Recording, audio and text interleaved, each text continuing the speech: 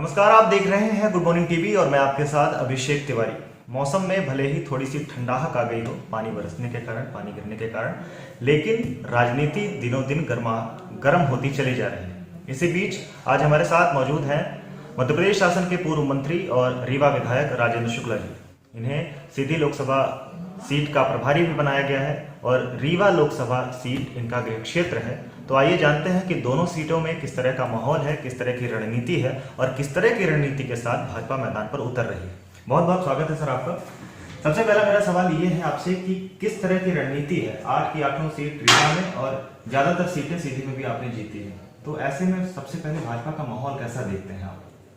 एक तरफा माहौल है। बीजेपी के द्वारा किए गए जो कार्य हैं उसके परिणाम विधानसभा में आपने देख ही लिए हैं और इस चुनाव में विशेषता ये है कि मोदी जी को दूसरी बार प्रधानमंत्री बनाने का मन पूरे जनमानस ने बना लिया है और देश की जनता के मन में ये बात पूरी तरह से आ गई है कि जितना मोदी जी को प्रधानमंत्री बनना जरूरी है उतना देश के लिए मोदी जी को प्रधानमंत्री बनाना जरूरी है। इसलिए बहुत अच्छा वातावरण है और एक तरफा माहौल है।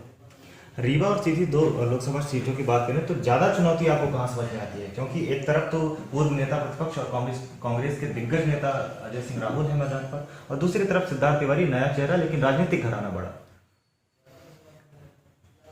दोनों सीटों में भारतीय जनता पार्टी की एक तरफा जीत होगी क्योंकि भारतीय जनता पार्टी के 15 वर्षों के शासनकाल को विंध्य की जनता ने बहुत नज़दीक से देखा है और किसी भी तरीके से जिस विंध्य में किसी ज़माने में जाति के आधार पर राजनीतिक काम होते थे और लोग अपना राजनीति आगे बढ़ाते थे, ऐसे विंध्य में अब विकास केंद्रित राजनीति पूरी तरीके से छा चुकी है और विकास सिर्फ भारतीय जनता पार्टी की सरकारें कर सकती हैं, ये हमने साबित किया है। सिर्फ बातें नहीं की हैं। आप देखिए केंद्र में हमारी सरकार बनी तो ललितपुर से सिंगरौली रेल लाइन का काम युद्ध स्तर पर शुरू हो गया और नहीं तो पहले सुनते थे कि होना चाहिए, बहुत ज़रूरी है विंध्य के विकास के लिए, विंध्य की गरीबी और बेरोजगारी को दूर करने के लिए।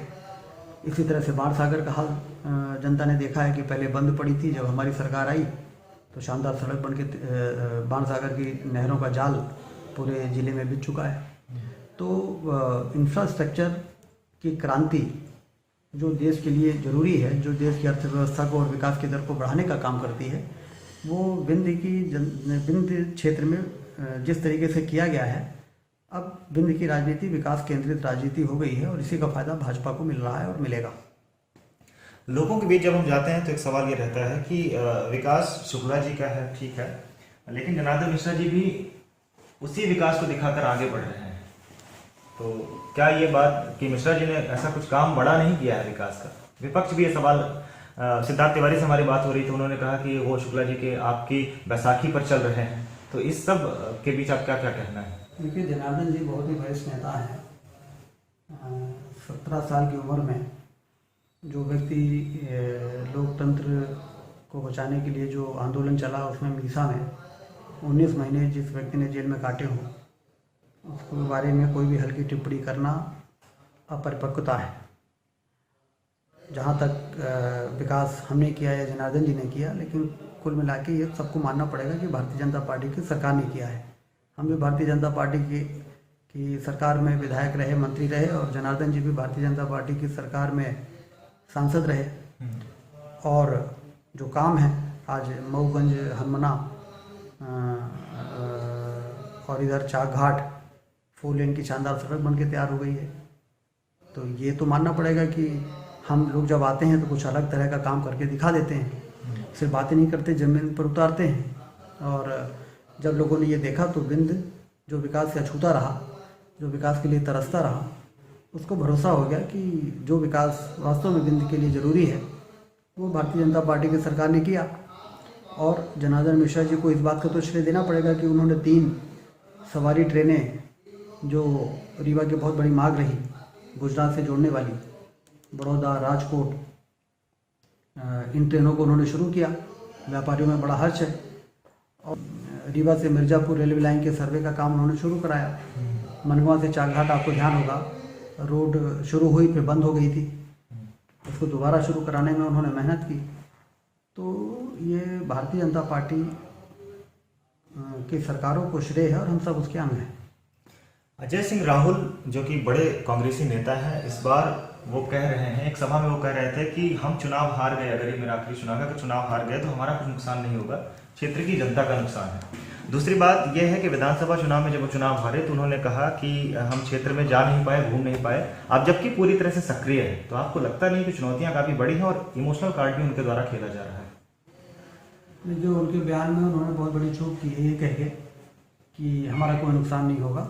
वास्तव में नुकसान उन्हीं का होना है, क्षेत्र का तो उनकी हार के बाद भला होना है, क्योंकि पिछड़ेपन का जो कलंक लगा है सीधी और सिंगरौली में, वो इन लोगों के लंबे शासनकाल के कारण लगा था, जो हम लोगों ने काफ़ी कुछ धो दिया है। और इस बार की उनकी हार के बाद ये सुनिश्चित हो जाएगा कि सीधी सिंगरौली पिछड़ा नहीं रहेगा, बल्कि विकास की दिशा में रीवा की बराबरी करेगा। जी, एक बड़ा सवाल ये कि आपको क्या लगता है कि इस बार रीवा की जनता किन मुद्दों को लेकर वोट करेगी? विधानसभा में वोट कर चुकी है बीजेपी के पक्ष में, लोकसभा में किन मुद्दों को लेकर वोट करना चाहिए रीवा की जनता? लोकसभा में मोदी जी को दूसरी बार प्रधानमंत्री बनाने का जो जुनून है वो पूरे देश में चल रहा है और वो रीवा में भी चल रहा है। उसका कारण ये है कि रीवा और विंध्य के लोगों को भी बात समझ में आ गई है, गरीबों को ये बात समझ में आ गई है कि मोदी जी एक ऐसे नेता हैं जिनका अपने लिए कुछ नहीं है। तन समर्पित, मन समर्पित और ये जीवन समर्पित, चाहता हूँ देश की धरती में तुझे कुछ और दूँ, इस मंत्र पर काम करने वाले राजनेता बहुत बिरले मिलते हैं किसी देश को। तो ये देश का सौभाग्य है कि मोदी जी के रूप में प्रधानमंत्री हमको मिले हैं, उनको सहेज के रखना हमारी जिम्मेदारी है। ये मोदी जी के लिए बहुत बड़ी परेशानी नहीं है। अब आपको ध्यान होगा जब अटल बिहारी वाजपेयी जी दूसरी बार प्रधानमंत्री नहीं बन पाए थे तो आपने देखा होगा कि उनके चेहरे में वही मुस्कुराहट, वही फक्कड़पन था। लेकिन जिस तेजी से देश ने तरक्की करके विकास की दर को 4 से 8 पहुंचा दिया था, जब अटल जी दूसरी बार प्रधानमंत्री नहीं बन पाए तो 10 सालों में मनमोहन जी की सरकार में वो 8 से विकास की दर 10 जाने के बजाय वो लौट के फिर से 4 में आके गिर गई थी। फिर मोदी जी आए तो मोदी जी ने 4 से बढ़ा के उस विकास की दर को फिर से 7.5 पहुँचाया है। तो अब ये 7.5 से फिर नीचे आना है कि 7.5 से 10 पहुँचाना है, ये देश की जनता को तय करना है। आने वाली पीढ़ी के भविष्य का सवाल है। आप लगातार विकास की बात करते हैं, अभी आपने केंद्र सरकार के बहुत सारे मुद्दों पर बात की, विकास दर पर बात की, लेकिन बेरोजगारी एक ऐसा मुद्दा है और बेरोजगारी पर, युवाओं पर मोदी सरकार ने ऐसा कुछ विशेष नहीं किया, लोगों का ऐसा मानना है। तो इसके बारे में आप क्या कहेंगे? जो ऐसा मानते हैं वो समझते नहीं। जो जैसे आज दुनिया में सबसे तेज गति से रेलवे लाइन का काम यदि कहीं चल रहा है तो हमारे देश में चल रहा है। दुनिया में सबसे तेज गति से यदि हाईवे बनाने का काम कहीं चल रहा है तो हमारे देश में चल रहा है। दुनिया में सबसे तेज गति से यदि सफाई अभियान के अंतर्गत शौचालय बनाने का काम, मकान बनाने का काम, यदि गरीब माताओं बहनों को मुफ्त में गैस कनेक्शन देने का काम, ये रोजगार जनरेट करते हैं। जैसे आपने देखा होगा, अभी आप रीवा से चार घाट जाइए।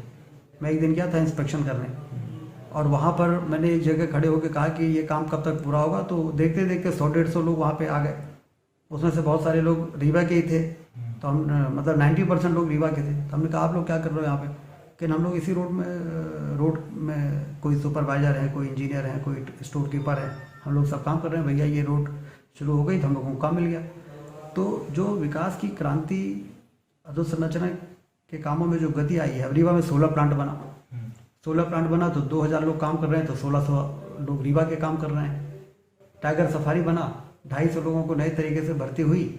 उसमें कुछ रेगुलर हैं, कुछ आउटसोर्स वाले हैं, सब रीवा के लड़के हैं। मैं जाता हूँ तो सब सैल्यूट करते हैं और चेहरे में मुस्कुराहट रहती है कि बना दिया तो हमको यहाँ रोजगार मिल गया। आज रीवा में जो बाढ़ सागर की नहरों से जो सिंचाई बढ़ी, प्रति व्यक्ति जो आय बढ़ी, उसके कारण रीवा में रोज नए शॉपिंग मॉल बन रहे हैं, रोज रेजिडेंशियल कॉलोनीज बन रही हैं। और आप उसमें जाके पता कर लीजिए, हजारों लोग काम कर रहे हैं। तो पहले यही रीवा था जब पूरा सन्नाटा छाया हुआ था, लोग गरीब हो रहे थे, किसान इतने गरीब थे, बाढ़ सागर का पानी नहीं था। परचेजिंग कैपेसिटी नहीं थी, तो बाजार नीचे जा रहा था, फल फूल नहीं रहा था। आज रात में रीवा में घूमे तो ऐसा लगता है कि ये तो चमक रहा है, रौनक आ गई बाजार में। वो रौनक तब आती है जब खरीदारों की संख्या बढ़ती है। खरीदारों की संख्या तब बढ़ती है जब धरती से दौलत पैदा होती है। धरती से दौलत तब पैदा होती है जब सिंचाई और बिजली और खाद बीज में किसानों के आमदनी को दुगना करने की योजना मूर्त रूप लेती है। ये सारा काम विंध्य में हुआ है और इसलिए इंदौर वाले भी घबराए हैं कि यदि विकास की गति रीवा में विंध्य में यही रहेगी तो कहीं ऐसा ना हो कि इंदौर को पीछे करके रीवा इंदौर से आगे निकल जाए। तो ये जो आर्थिक क्रांति है, सर्किल है, वो पूरा एक दूसरे से कनेक्टेड रहता है। रोजगार के पर्याप्त अवसर पूरे देश भर में, और यहाँ तक कि स्किल इंडिया का जो अभियान मोदी जी ने चलाया उसमें आप देखो रीवा में ही कितनी स्किलिंग के सेंटर खुल गए। प्रधानमंत्री कौशल विकास केंद्र, मुख्यमंत्री कौशल विकास केंद्र, और इसमें बहुत महिंद्रा जैसी कंपनी रीवा में स्किल सेंटर उन्होंने खोला। बहुत से नए नए लड़के उन्होंने स्किल सेंटर खोला, कोई मुख्यमंत्री की योजना से, कोई प्रधानमंत्री की योजना से। हजारों लड़कों को 3-3 महीने 6-6 महीने की ट्रेनिंग दी जा रही है, फिर उनका प्लेसमेंट कराया जा रहा है। हमने जो स्किल सेंटर रीवा में खोला है, आपको जानकारी है कि नहीं मुझे नहीं मालूम, लेकिन हमने जो CII confederation of Indian industries, इसके जो देश भर में 5 सेंटर हैं स्किल के, वो हमने रीवा में सैंक्शन कराया और उस पर अभी यूनिवर्सिटी में वो सेंटर चल रहा है। 2 बार रोजगार मेला लग चुका है और कोस्टा में हमने 3 एकड़ ज़मीन अलॉट कराई है, जिसमें 20 करोड़ रुपए का स्किल इंस्टीट्यूट खुलने वाला है, जिसमें कि बच्चों की ट्रेनिंग होगी और फिर गारंटेड उनका प्लेसमेंट होगा। तो इस दिशा में यदि मोदी जी ने स्किल इंडिया मिशन नहीं लगा शुरू किया होता तो शायद ये सारी उपलब्धियां रीवा में लाने में हम सफल नहीं हो पाते। एक सवाल था जिसका जवाब आपने पहले ही दे दिया। आपके बड़े भाई विनोद शुक्ला जी कांग्रेस में शामिल हुए और कल प्रेस वार्ता में उन्होंने कहा कि आपने चमकते रीवा की बात की, आपने शॉपिंग कॉम्प्लेक्स की बात की। उन्होंने कहा कि शॉपिंग कॉम्प्लेक्स से किसी शहर का ये मानक नहीं है कि वो महानगर की श्रेणी में शामिल हो रहा है।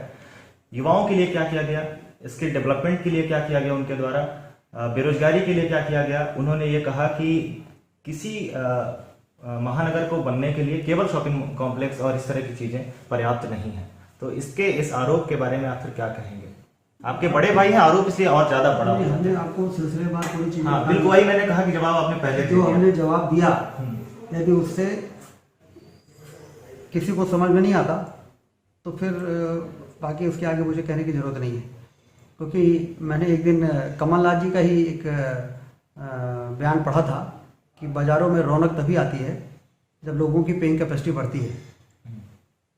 तो रीवा के बाज़ार में जिस प्रकार से रौनक आई है, जो कमलनाथ जी का सपना है वही करना चाहते हैं और हमने रीवा में उसको करके दिखा दिया है।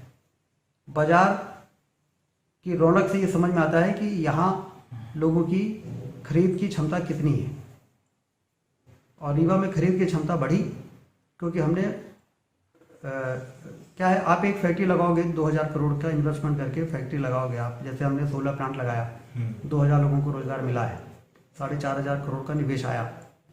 लेकिन बाणसागर की नहर जब हम बना रहे थे, जब ये अधूरी पड़ी थी और मैं पहली बार विधायक बना, और मैंने मुख्यमंत्री से कहा कि 1000 काम के बराबर है बाणसागर। क्यों कहा हमने?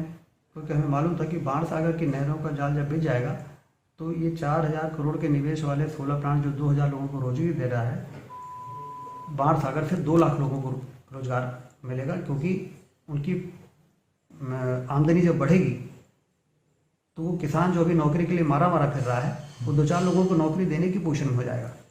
आज हमारे रीवा के यहाँ के किसान जो जब हम पहली बार विधायक बने तो हमारे पास आते थे और कहते थे हमारे बच्चे को नौकरी लगवा दीजिए। मैं पूछता था कहाँ लगा दूँ? कहीं जेपी में। उनका जेपी में बोलेंगे तो भूटान भेज देगा, क्योंकि उसका कहना है कि यहाँ पर फुल हो चुका है।